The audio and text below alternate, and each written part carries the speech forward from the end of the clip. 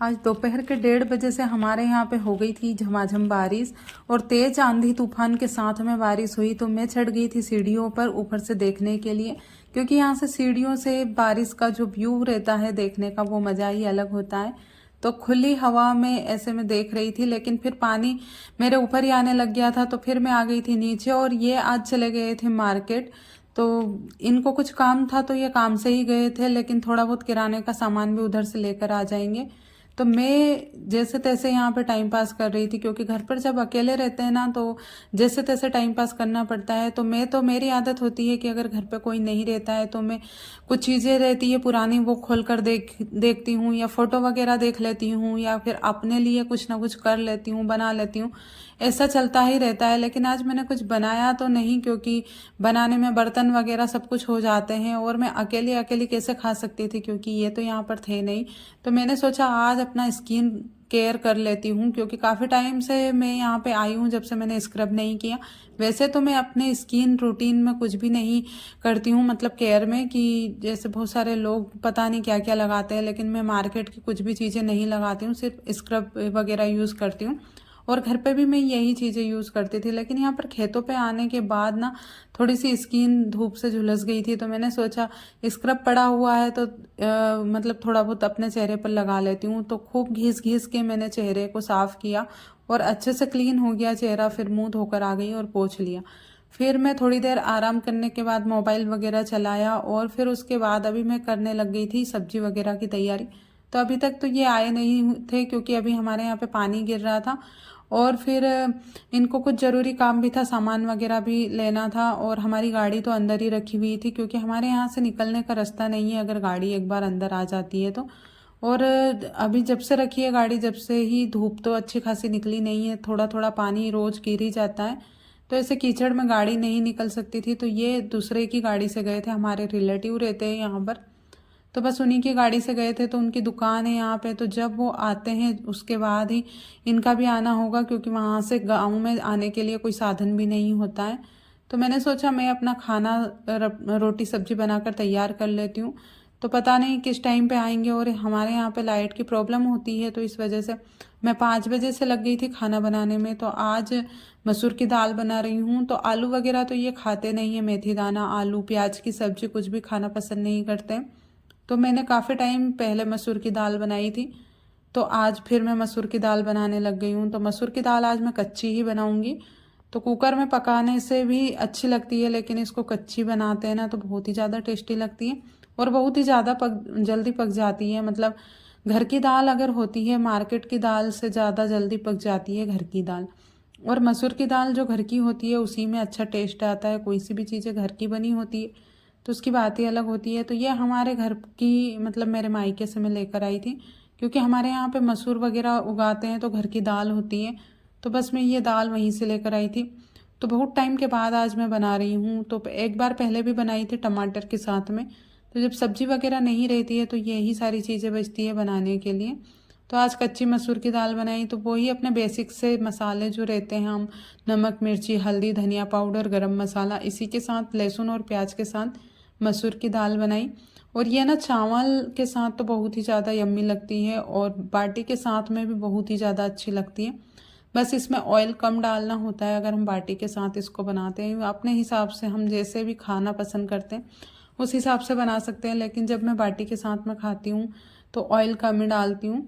तो आज मैं बाटी बनाती, लेकिन हमारे यहाँ पे कंडे नहीं थे, तो इसलिए मैंने ऐसे ही मसूर की दाल ही बनाई और रोटी ही बनाऊँगी मैं।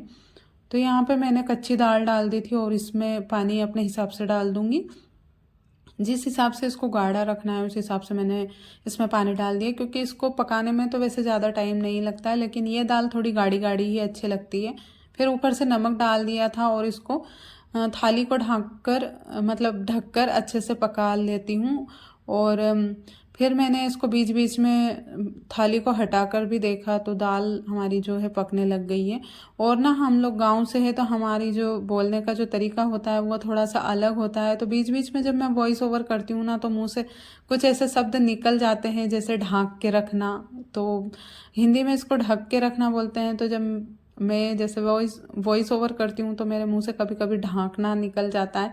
तो सभी के अपने अपने तरीके होते हैं बोलने के। हम लोग गांव में रहते हैं तो दिन भर मैं गांव के हिसाब से बोलती हूँ, और फिर जब वॉइस ओवर करती हूँ तो अपने हिसाब से मतलब ऐसे बोलना पड़ता है, क्योंकि सब लोग अलग अलग जगह से वीडियो देखते हैं और अलग अलग जगह से देखते हैं, तो सभी की बोली वगैरह अलग होती है। लेकिन हिंदी सभी को आती है तो इसलिए हिंदी में ही बोलना पड़ता है। तो इसलिए मैं ऐसे ही वॉइस ओवर करती हूँ। नहीं तो मैं ना गांव के जो बोली रहती है हमारी उसी में कंफर्टेबल रहते हैं, क्योंकि हम जो डेली यूज़ में हमारे कोई सी भी चीज़ें होती है यूज़ करना या बोली बोलना, वो सारी चीज़ें ना हम जो रोज़ रोज़ करते हैं ना उसी में कंफर्टेबल रहते हैं। तो अभी मैं आटा लगाने लग गई हूँ, आटा छान लिया है।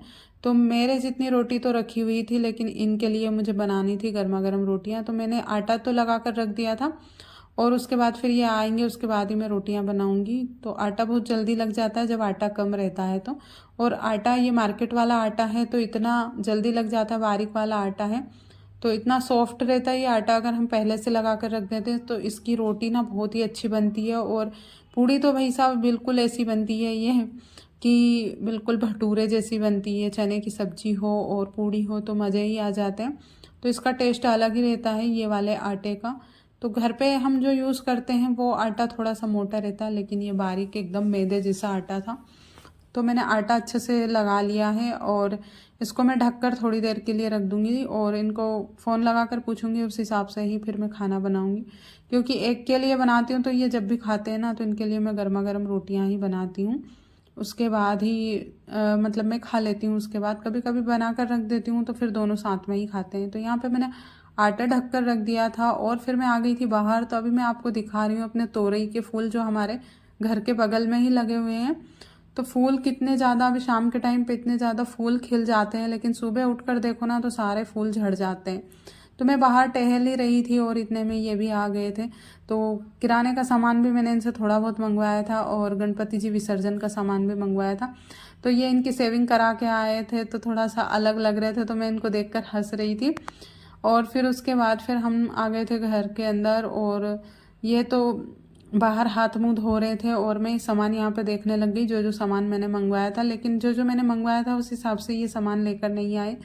तो मैंने एक चाय की पत्ती मंगवाई थी तो ये थोड़ी सी अलग लेकर आ गए। तो ना मुझे बहुत ज़्यादा गुस्सा आया, क्योंकि जब मैं सामान जो भी मंगवाती हूँ ना वो सामान लेकर नहीं आते हैं तो थोड़ा बहुत हो ही जाता है, मतलब बोलने में आ ही जाता है। तो इन्होंने पूछा भी नहीं, और जो मैंने चाय की पत्ती मंगवाई थी वो वाला पैकेट लेकर नहीं आए और थोड़ा सा अलग लेकर आ गए। तो ये भी थोड़ा सा गुस्सा हो गए थे, क्योंकि मैंने उस हिसाब से इनसे बात की। और फिर मिल्क पाउडर का एक डिब्बा भी मंगवाया था इमरजेंसी के लिए। तो अभी तो हम मिल्क पाउडर की ही चाय बना रहे हैं, क्योंकि गांव में जाने के लिए अभी रास्ता नहीं है हमारे पास में। तो इमरजेंसी में ही चले जाते हैं हम लोग, नहीं तो यहाँ पर मिल्क पाउडर की ही चाय बनाते हैं। और ये इलेक्ट्रिक बोट मंगवाया था और पता नहीं है क्या क्या सामान लेकर आ गए। और ये मेरा आनंद है, मतलब जो उपवास करते हैं अनंत चतुर्दशी का, और 2 लेकर आ गए। मैंने 1 का बोला था, तो ये पिछली बार भी 2 लेकर आ गए थे, लेकिन 1 तो मेरा घर पे ही छूट गया था और इस बार फिर से 2 लेकर आ गए। और तेल के पाउच लेकर आए थे, जो कि 1 में तो फूटा हुआ ही निकला था, तो पूरा जो बैग वगैरह थे झोला था वो पूरा ख़राब हो गया था ऑयल में। और जलेबी भी लेकर आए थे ये खाने के लिए। तो आज का व्लॉग छोटा सा ही है, उम्मीद करती